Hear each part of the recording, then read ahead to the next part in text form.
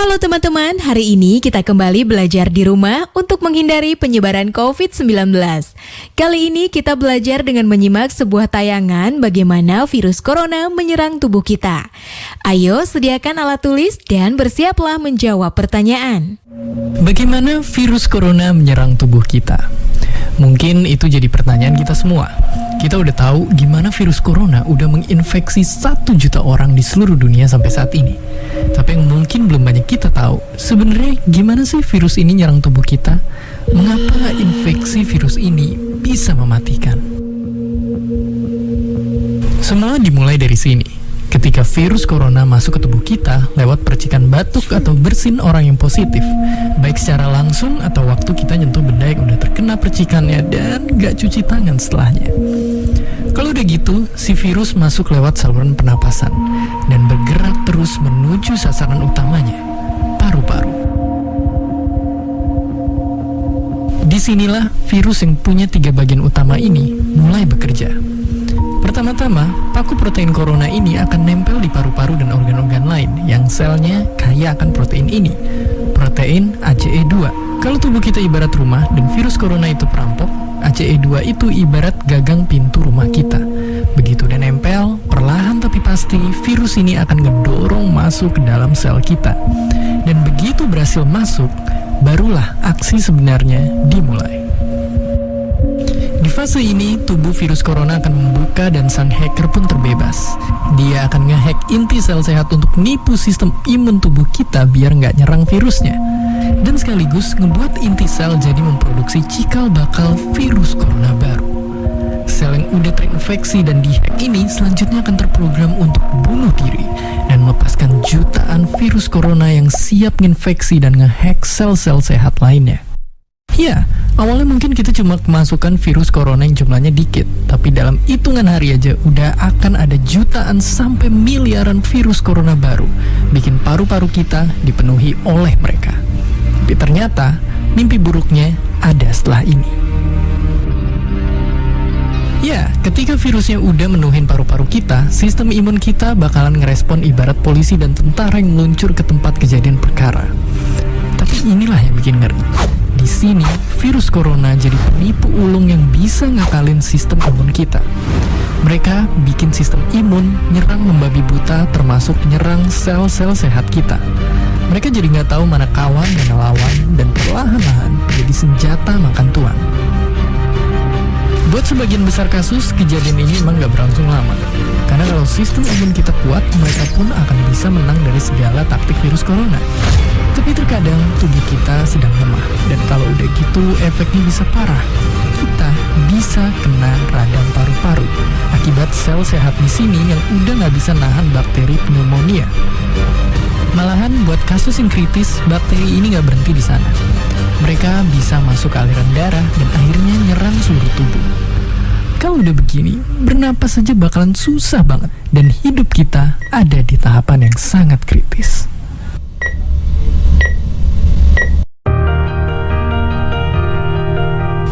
Ya, mungkin dengan fakta-fakta barusan bikin kita takut dan khawatir.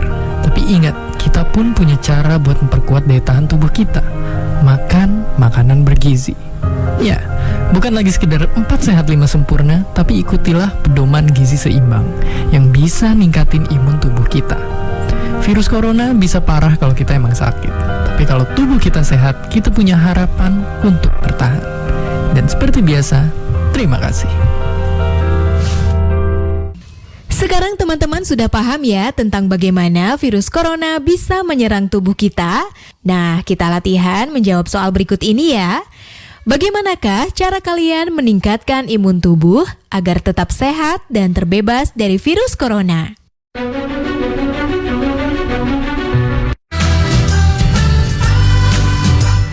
Kementerian Pendidikan dan Kebudayaan terus mendukung pembelajaran jarak jauh dan memajukan budaya Indonesia di masa pandemi corona.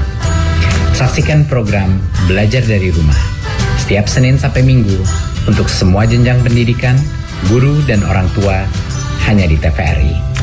Marilah kita bersama-sama belajar dari rumah.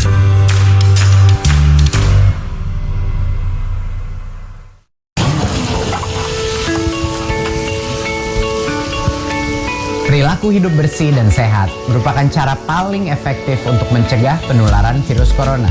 1. Mari mencuci tangan menggunakan sabun selama 60 detik dengan air mengalir. 2. Tingkatkan daya tahan tubuh dengan istirahat cukup dan rajin berolahraga. 3. Konsumsi makanan bergizi seimbang yang dimasak sempurna dan minum air putih 8 gelas per hari. 4. Gunakanlah masker atau tutup mulut dengan lengan jika batuk atau bersin. 5. Jika ada gejala seperti demam dan sesak napas, segera kunjungi pelayanan kesehatan terdekat. Jadi, tetap tenang dan selalu waspada. Mari kita maksimalkan upaya pencegahan virus corona dengan menerapkan perilaku hidup bersih dan sehat.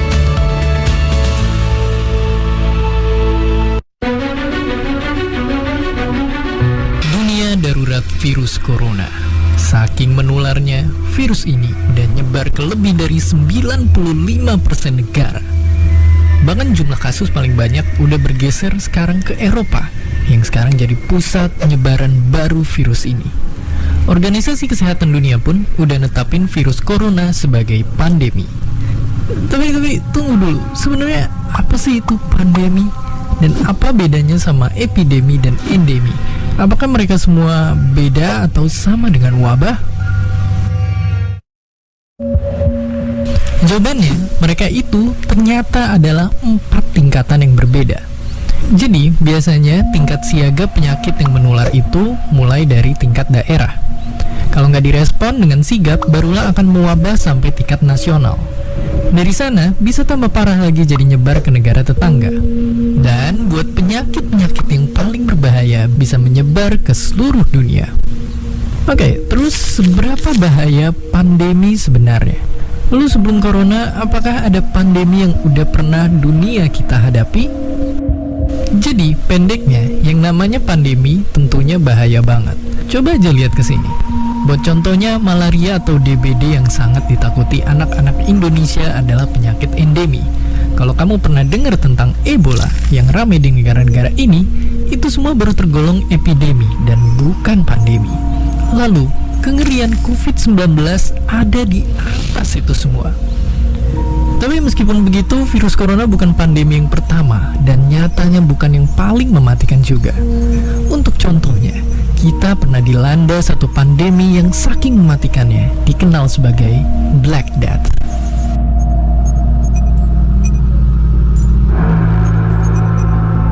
Jadi ceritanya dulu di abad 14, selama bertahun-tahun umat manusia diserang oleh penyakit yang menyebar dari kutu dan tikus. Korban-korban yang berjatuhan tubuhnya berwarna hitam akibat infeksi bakteri. Mereka nyerang kulit dan paru-paru kita yang nimbulin demam, sakit kepala, infeksi paru-paru sampai akhirnya ratusan juta korban meninggal. Ini bisa terjadi karena dulu orang belum tahu kalau ternyata ada makhluk hidup yang tak terlihat yang bernama bakteri. Berbagai macam cara sudah dicoba, tapi semua tak berguna di hadapan musuh asing yang tak kasat mata. Pada akhirnya, memang wabah ini berhenti menyebar. Tapi dalam waktu 4 tahun aja, 1/3 sampai 1/2 populasi Eropa saat itu menjadi korban. Meski ribuan tahun setelahnya orang gak nyangka pandemi kayak Black Death bakal terulang, tapi ada dan dikenal sebagai flu Spanyol. Yang mengerikannya hanya dalam waktu 2 tahun, flu ini menginfeksi sampai 1/3 populasi dunia dan menewaskan 50 juta nyawa, berkali-kali lipat lebih cepat daripada serangan Black Death. Sekarang, ribuan tahun setelah Black Death dan ratusan tahun sejak flu Spanyol merebak, pandemi itu kembali datang di hadapan kita. Sejarah udah nyatetin banyak peristiwa buat kita bisa belajar. Tinggal kita yang memilih untuk mengulangi tragedi atau belajar dari kesalahan dan nyelamatin nyawa orang-orang yang kita sayang. Dan seperti biasa, terima kasih. Sekarang teman-teman sudah paham ya tentang endemik, epidemik, dan pandemik tadi? Nah, kita latihan menjawab soal berikut ini ya. Ceritakan virus yang sudah pandemik sejak ribuan tahun tersebut.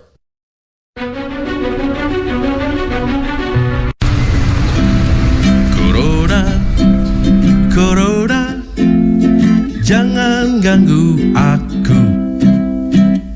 Ayo, ayo cuci tangan usai bermain di luar.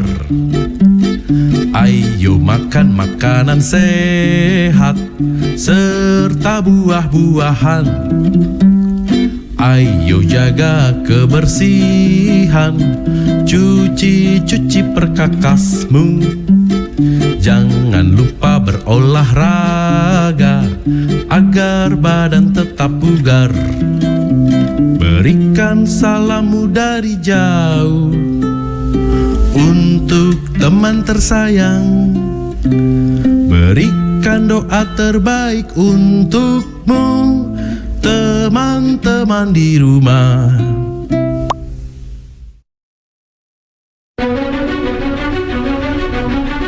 Bentuknya sama-sama kecil, tapi sekalinya bikin ulah satu dunia yang kerepotan. Mereka adalah virus dan bakteri, organisme yang paling suka disalahin kalau ada orang yang sakit. Tapi sebenarnya, seperti yang sering kalian tanyakan ini, apa sih bedanya mereka dan manakah yang lebih mematikan? Simpelnya banget, kalian mesti tahu dulu kalau dua-duanya itu bisa mematikan. Ya, karena mematikan atau enggak tergantung jenis virus atau bakterinya. Misalnya penyakit tuberkulosis atau TBC, jadi salah satu penyakit paling mematikan di dunia yang disebabkan sama bakteri. Buat virus, nggak perlu ditanya lagi. Tapi fakta mengejutkannya, bakteri dan virus pun nggak selalu mematikan. Bahkan lucunya bisa nolongin kita juga. Di perut kita contohnya, itu jadi tempat tinggal 380 triliun bakteri yang ngebantu sistem pencernaan. Sama halnya kayak virus, yang juga bisa ngebantu ngelawan bakteri jahat dan nyelamatin nyawa manusia. Jadi intinya, mereka berdua ternyata hanya mematikan kalau nginfeksi tubuh kita. Terus kalau gitu, apa yang sebenarnya ngebedain mereka? Simpelnya banget, mereka itu beda banget. Dari wujudnya aja, bakteri itu sel yang hidup, sementara virus itu benda biologis yang nggak bisa dibilang hidup juga. Kalau dari ukuran, bakteri itu jelas kecil banget, tapi virus itu ternyata jauh lebih kecil lagi, bahkan nggak bisa dilihat pakai mikroskop biasa. Dari cara tumbuh kembangnya pun berbeda. Dari miliaran tahun lalu waktu manusia belum ada, bakteri bisa tumbuh kembang sendiri, sedangkan virus cuma bisa bertahan kalau numpang di makhluk hidup lain dan nipu mereka sampai sel-selnya rusak. Tapi kalau udah sama-sama nyakitin tubuh, kita pun mesti nyiapin taktik yang berbeda. Antibiotik untuk bakteri dan vaksin atau antivirus untuk virus. Oke, lalu apa yang bikin mereka bisa mematikan? Simpelnya begini, karena mereka punya banyak taktik buat menginfeksi. Bakteri jahat adalah makhluk yang siap nyerang tubuh dengan memperbanyak diri atau ngehasilin racun dan akhirnya ngeganggu kerja suatu organ. Sedangkan virus itu paling jago nyerang kita, karena bisa ngenalin dan nargetin sel yang mau dia rusak. Mereka akan nerobos masuk dalam sel itu, ngehack inti selnya, dan selnya pun mati dan virus-virus baru akhirnya tercipta. Ya, virus ini jago banget nyerang kita, seakan dia hidup dan bisa mikirin strateginya. Tapi bukankah mereka nggak dihitung sebagai makhluk hidup? Ini adalah wujud para virus sebenarnya. Walaupun sangat amat kecil, mereka lah makhluk paling banyak di bumi. Kalau semua virus ini kita jajarin, panjangnya akan mencapai 100 juta tahun cahaya, melewati tata surya, melintasi galaksi Bima Sakti hingga 2000 galaksi lainnya. Apakah mereka makhluk hidup? Iya, tapi nggak juga. Makanya mereka dinamain makhluk hidup transisi. Dianggap nggak hidup karena nggak ngalamin metabolisme, tapi dianggap hidup karena bisa berkembang biak. Tapi berkembang biaknya pun tergantung sama organisme lain, dan gak jarang itu kita, manusia. Dan dalam semua proses itulah, kita pun bisa terinfeksi oleh mereka. Ya, virus dan bakteri yang berkali-kali lipat lebih kecil dari kita sama-sama bisa mematikan. Tapi bukan berarti kita langsung nyerah gitu aja di hadapan mereka. Semua ada cara ngelawannya. Pakai antibiotik, pakai vaksin, pakai sabun, atau bahkan jaga jarak dan berdiam di rumah. Pilihannya balik ke kita. Dan seperti biasa, terima kasih. Sekarang teman-teman sudah paham ya tentang perbedaan virus dan bakteri tadi? Nah, kita latihan menjawab soal berikut ini ya. Apa pesan yang dapat teman-teman tulis dan terapkan dalam kehidupan sehari-hari dari menyaksikan tayangan tentang virus dan bakteri tadi?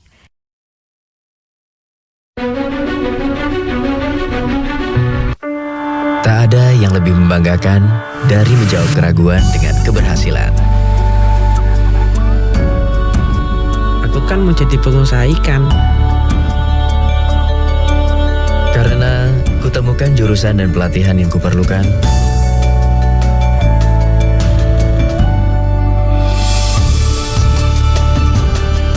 SMK, langkah awal sebuah keberhasilan.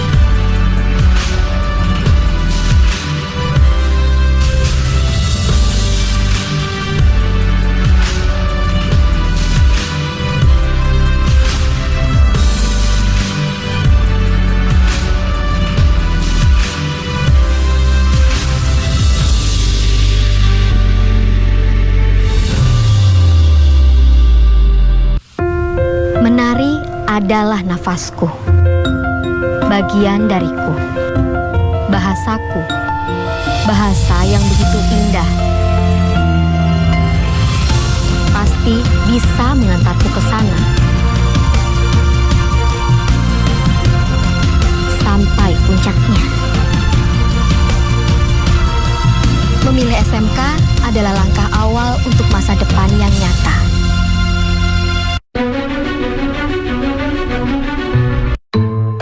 Kalau kita ingat masa kecil, hidup rasanya enak banget. Setiap sore kita bisa main sama teman-teman di lapangan yang luas, ngejar layangan berlarian tanpa beban.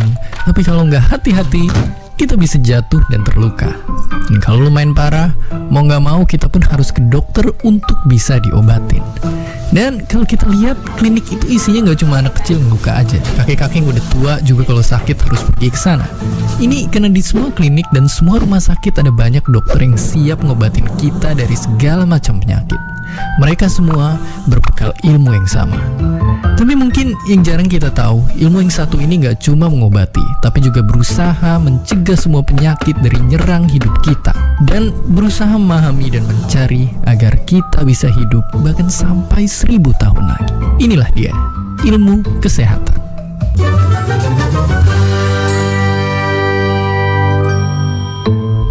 Untuk paham soal ilmu ini, bayangin sekarang kita lagi ada di bengkel. Di pojok sana, ada teknisi-teknisi yang ngebedah nyari tahu bagian mobil mana yang rusak dan mesti diperbaiki. Di sisi seberang, teknisi lain juga sibuk ngeganti oli yang usang dan ngencengin baut yang longgar. Semuanya agar bisa bikin mobil rusak jadi bisa ngebut lagi. Dan ya, seperti inilah sebenarnya ilmu kesehatan.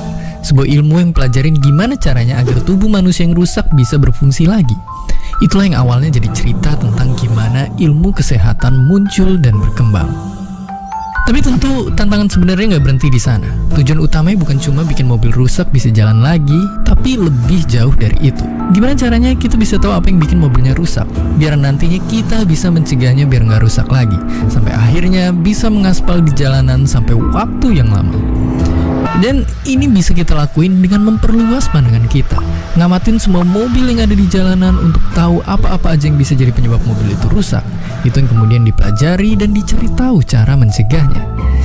Jadi ya, Kalau dulu kita sebatas cuma ngobatin orang sakit, sekarang ilmu kesehatan udah jauh berkembang. Sekarang kita pakai ilmu ini biar bisa nyegah orang biar nggak sakit sama sekali.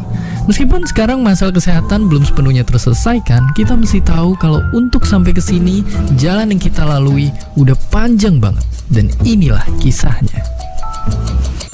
Sejak dulu kala, ilmu kesehatan udah ngebantu kita bertahan hidup. Dan sebenarnya ilmu ini adalah perkembangan dari ilmu lain yang udah pernah kita bahas sebelumnya, biologi. Itulah mengapa sejarah mereka pun gak jauh beda. Dari video biologi kemarin, kita udah tahu kalau dokter-dokter pertama muncul di Mesopotamia dan Mesir. Mereka melakukan operasi-operasi sederhana dengan obat-obatan sederhana. Dan begitu peradaban terus bergerak sampai ke Yunani kuno, di sanalah pria bernama Hippocrates menyadari kalau penyakit itu terjadi secara alami.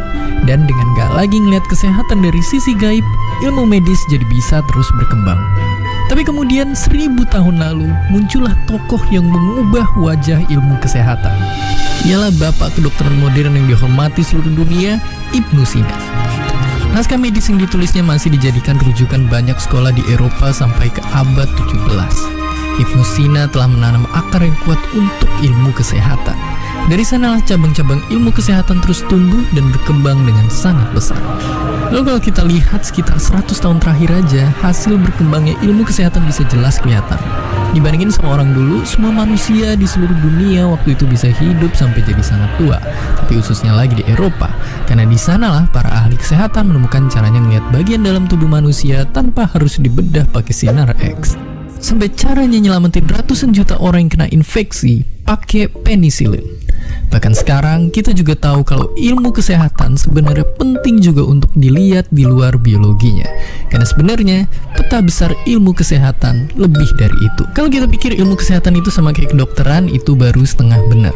Para dokter bertanggung jawab buat nyembuhin orang-orang yang sakit. Dan karena itu mereka harus nguasain banyak bidang.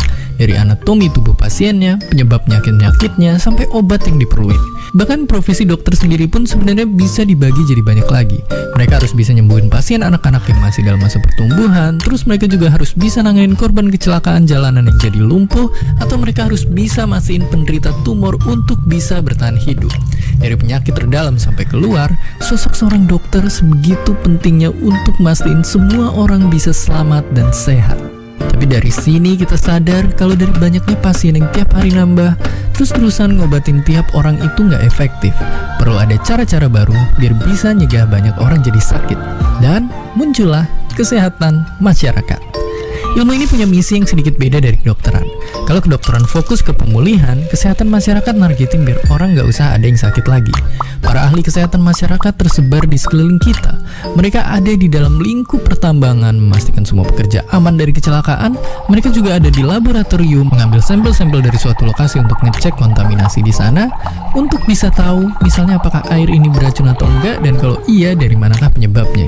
Dan mereka juga ngamatin gimana perilaku lebih suka makan junk food membuat kasus obesitas dan diabetes makin sering muncul.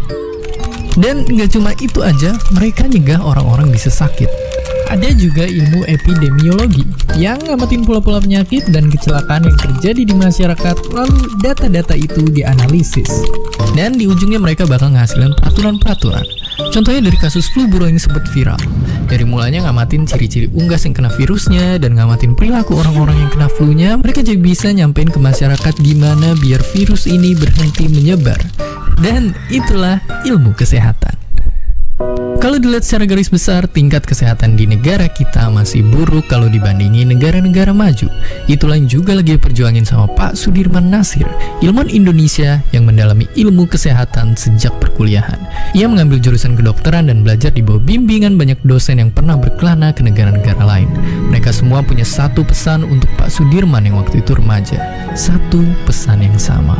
Sejumlah guru-guru saya itu selalu menasihati untuk membaca sebanyak mungkin, dan kemudian jangan takut untuk mencoba mengembangkan minat tertentu. Saya makin lama makin tertarik pada aspek sosial kesehatan. Misalnya tadi itu perbedaan harapan hidup, atau mengapa ada satu masyarakat yang lebih rentan dibanding masyarakat yang lain. Dan itu banyak sekali ditentukan oleh perilaku mereka sehari-hari. Bagaimana memahami perilaku berisiko itu. Pak Sudirman Nasir tidak berhenti belajar di sana. Mendalami ilmu kesehatan telah membawanya dari Makassar sampai ke Australia. Hingga sekarang, sebagai dosen dan peneliti di bidang kesehatan, tulisan-tulisannya telah dijadikan acuan oleh ratusan peneliti. Pak Sudirman Nasir menekankan bahwa Indonesia masih perlu banyak tenaga kesehatan. Dan tentu yang ia maksud bukan hanya dokter saja. Mungkin kalau kita masih menganggap ilmu kesehatan itu hanya kedokteran, itu salah satu mitos. Kesehatan itu terlalu luas. Kedokteran hanya salah satu unsurnya saja. Dan ilmu kesehatan itu luas, hampir semua bidang ilmu pengetahuan, cabang-cabang ilmu pengetahuan, mata pelajaran bisa masuk dalam ilmu kesehatan. Makanya mungkin mitos bahwa kalau mau masuk fakultas kedokteran belajar biologi dan kimia aja, itu salah satu mitos yang menyesatkan. Seakan-akan ilmu kedokteran atau ilmu kesehatan itu hanya dibangun oleh dua bidang pelajaran ini. Saya sudah katakan tadi, ternyata ilmu kesehatan itu juga terkait dengan gaya hidup. Untuk memahami gaya hidup itu kita butuh ilmu-ilmu seperti psikologi, kita butuh ilmu-ilmu seperti sosiologi, kita butuh ilmu seperti antropologi. Sekarang kita jadi tahu kalau luka anak kecil yang jatuh ketika berlari ataupun penyakit kakek-kakek yang udah tua sebenarnya mungkin bisa dicegah. Dan untuk melakukannya kita mesti mendalamin ilmu kesehatan dari berbagai macam kacamata. Karena seperti kata Pak Sudirman Nasir tadi, ilmu-ilmu sosial juga bantu nyempurnain kesehatan masyarakat. Ini juga jadi pegangan buat kita dalam belajar di sekolah. Jangan sampai ketika kita lagi belajar sesuatu, kita terlalu milih-milih mana bidang kita suka dan mana yang kita benci. Karena mungkin bidang-bidang itu pun akan sama pentingnya untuk dikuasai. Dan pada akhirnya, cita-cita ilmu kesehatan itu cuma satu. Gimana caranya kita nggak menderita karena sakit, dan bahkan gimana caranya biar bisa hidup selama mungkin. Karena dengan begitu, kualitas hidup kita pun akan meningkat dan kemajuan peradaban pun akan terus bergerak. Sekarang teman-teman sudah paham ya tentang kisah Pak Sudirman tadi? Nah, kita latihan menjawab soal berikut ini ya. Mengapa Pak Sudirman mengatakan bahwa pernyataan ilmu kesehatan hanyalah kedokteran? Dan jika mau masuk fakultas kedokteran, belajar biologi dan kimia saja hanyalah mitos? Oh iya, jangan lupa untuk tetap belajar di rumah ya, dan jaga kesehatan dengan rajin mencuci tangan serta makan makanan yang bergizi.